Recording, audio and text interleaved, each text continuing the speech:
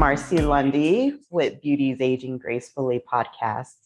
Today, I'm very happy to have a wonderful guest on, Taylor Boone, PAC, with Nova Plastic Surgery. Taylor, thank you so much for being on. Of course. Thank you so much for having me. Sure.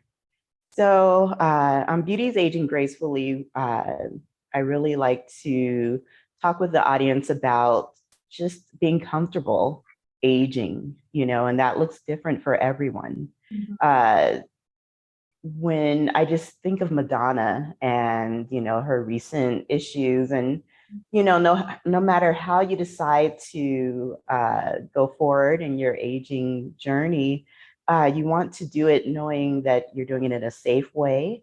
If you opt for plastic surgery, that's wonderful, but we want to make sure we know what to look for and, in regards to our health, that we're able to do it without having any health concerns. So please explain the dynamics of women aging and when they may feel like they want to explore plastic surgery. Mm-hmm. Yeah, of course. So women present to our office commonly for a variety of reasons.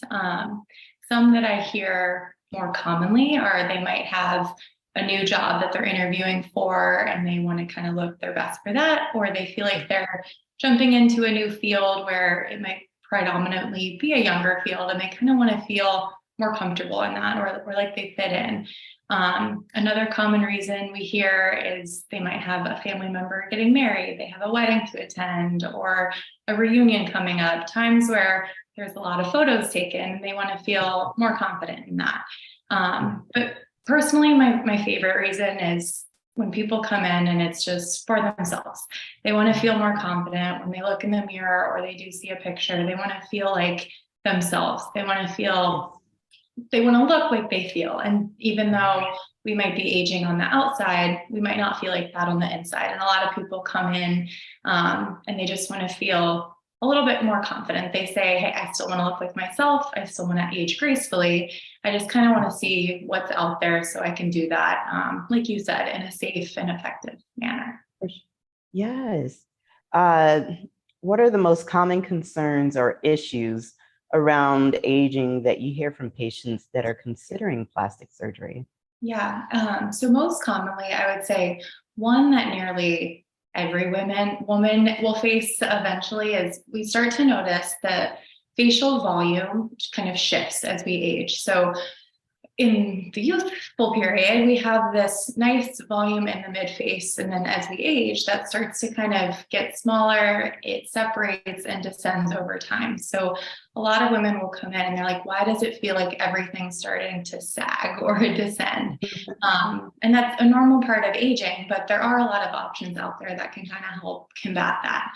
A lot of women will say kind of, how can we just tighten things back up or kind of lift? Another common concern is around the eyes. I think the eyes is somewhere that shows aging a little bit quicker than maybe the rest of the body or the face. People will say they just feel more tired, or from looking at the computer screen all day, they might look angry when they're not, because we're starting to see these lines even with rest. So those are two common concerns, but I think even more common than that is people just want to come in and kind of hear what's out there, like what are the options. There is, I think, a vulnerability aspect of coming to a plastic surgeon for the first time. You're going to either be talking about your face or your body and what you like or don't like about that area, and kind of how to address that for the first time with someone you don't know can be a little bit scary. So I think going somewhere that you trust and can form that relationship with, we're excited to share your options with you. Wonderful. Yes. What role does the initial consultation play in the plastic surgery process? Yeah, of course. So the consult is a big portion of it. We kind of have two sides to our practice. So we have the surgical side where we have two surgeons that are going to be doing things like tummy tucks, lipo, breast augmentation, facelifts, neck lifts, all those surgery side. Then we also have an aesthetic side where we have a team of PAs or physician assistants like myself who are going to be doing the non-invasive side of the practice. So you can make a consultation with either side, or you can either do both, but we do work collaboratively as a team. So during that initial consult, your provider is going to be really looking at your anatomy. We'll ask kind of what are your main concerns, but we do like to look at things as a big picture as well and kind of give you recommendations globally.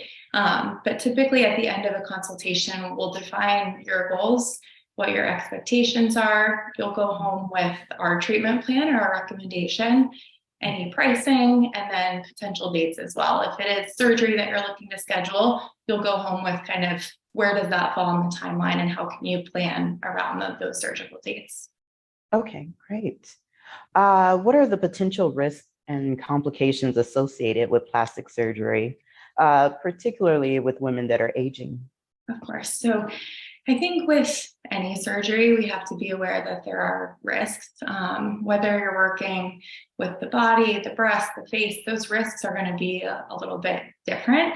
But as a whole, with cosmetic surgery, it is elective. So we always need to kind of weigh risk versus benefits. We really dive into your health history and we make sure that you are a good candidate for surgery. And we're not going to recommend something for someone that might not be a good fit at the time. Like if someone's not a good fit for general anesthesia, is there an alternative that we can do that might not be as invasive and might be safer for the patient? So kind of weighing those risk versus benefits to assess our risk profile is important. And then additionally, like we said, with cosmetic surgery, we're already assessing a beautiful canvas. We're just kind of trying to enhance it. So we want to go over our expectations beforehand, making sure that the patient and the provider are on the same platform as far as goals and results go.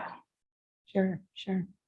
Are there any specific age-related considerations or factors that women should be aware of when considering plastic surgery? Yeah, I think what's really important is to just know all of your options.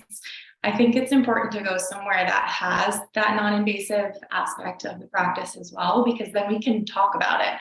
And yes, you might not get facelift-like results with some of these non-surgical skin tightening procedures, but that's also perfectly okay for a lot of people. So I think kind of knowing where you fall and what your goals are, we'll be able to tailor that treatment plan for you and not make it just kind of one treatment regardless. We'll be able to really assess kind of the best plan for you. Okay, great. Are there any non-surgical alternatives, or less invasive procedures that women can consider before opting for plastic surgery? Absolutely. So I work usually 3 days a week alongside a team of PAs. So there's a bunch of us there that are doing the non-invasive side of the practice kind of all day, every day. And these patients are super happy with their results. So two main treatments that are great for like inducing collagen production, helping with elasticity are lasers and microneedling. Those treatments are really nice to kind of naturally slow the aging process down and make sure that we're taking care of the skin on top. Even if eventually, you'll probably end up going the surgical route, it's important that the skin that remains still looks youthful too. So I think those treatments can be recommended to anybody, especially starting early. We start to lose collagen production in our mid to late 20s, early 30s, and that drastically decreases by the age of 40. So if you can start early with these non-invasive treatments, just to kind of slow the aging process down, that's going to really benefit you in the long run. Even if we do decide to talk about surgery, like we said, that will enhance those results and kind of help them last longer as well. Injectables are another common part of the practice. So for lines that we develop with movement, neuromodulators like Botox and Dysport can be super helpful for that, to prevent those lines from either developing at rest or kind of soften them and prevent them from getting worse. Filler is also another common injectable if we're starting to see folds or that volume descent in the lower face, we're losing that volume in the upper face, or feeling like our lips are starting to deflate. Areas where we want to kind of replenish volume, filler can be a great option as well. Okay, great. Do you ever caution someone against maybe doing too many procedures at one time Do you ever try to encourage the person to just sort of sit with what they currently get and go from there? I do. A lot of the time, especially if someone's new to me and they've never tried anything before, I think it's important to start one thing at a time. So then that way we know what those effects give you. We know, God forbid, if there is any complication, what it's coming from. And it's nice. A little bit goes a long way. So if you start with too much up front, it's a lot harder to take away than it is to slowly build and add over time. Absolutely. Yes, thank you. How do you access a woman's suitability for a specific plastic surgery procedure? Are there any factors that may make someone ineligible for certain procedures? So first and foremost, we're really looking at your anatomy. So the surgeon will kind of assess, if we're talking plastic surgery, the surgeon will assess what your concerns are and what's kind of stemming into that. Not just what is the effect that we're seeing, but what are the causes of kind of what's gone into that process over time.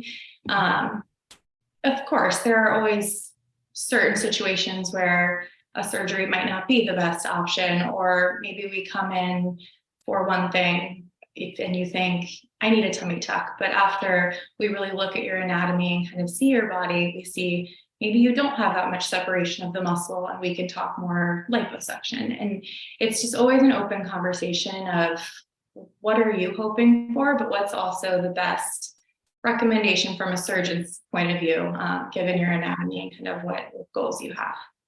Great, great. Can you explain the typical recovery process after plastic surgery? And what can women expect in terms of downtime or potential discomfort? Yeah, so this can vary based on the surgery that we perform. I would say a very general recommendation that we have for patients is it takes about 6 weeks to get back to really your norm of what it was like before surgery. So that means strenuous exercise, really no modifications or limitations anymore. You should start to kind of build back that strength back up.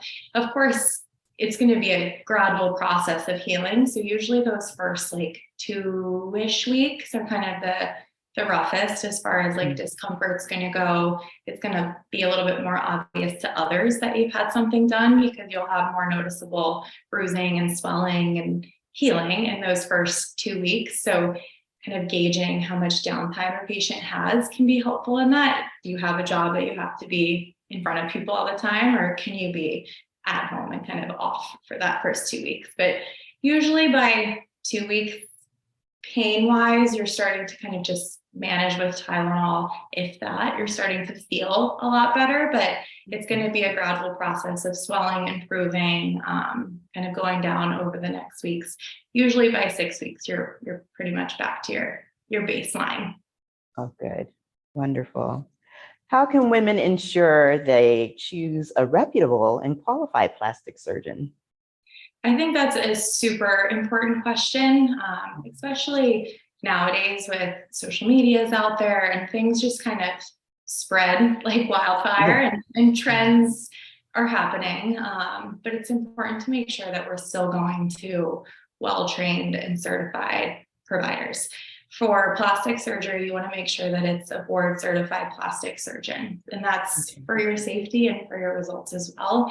You want to make sure you're going to someone that has that extensive training and that residency specifically in plastic surgery. Our providers also commonly go to annual conferences, and that's just to stay up to date with the newest and kind of latest advancements in plastic surgeries. It is one of those fields that new stuff is coming out all the time, and they're talking about the safety of new trends and kind of what it's important to learn from other providers too. And conferences are a great opportunity for that. Aside from certifications and from an educational standpoint, I think it's important to look at reviews, before and after photos, talk with your friends, and just kind of go with your gut feeling, because that is a long lasting relationship. Your surgeon isn't just the person that operates on you, but there are a lot of post-operative visits following surgery, and it's important to have someone that's available and an office that's available and well informed too, to kind of be with you throughout that whole process after. Absolutely. Well, Taylor, thank you so much for being on. Again, this is Taylor Boone, PAC with Nova Plastic Surgery. Thank you so much for offering all of this wonderful information for the Beauties Aging Gracefully audience. Of course. Thank you so much for having me. I really had a great time. Oh, sure. All right. Thank you all and take care. All right. Bye-bye. Take care. Bye-bye.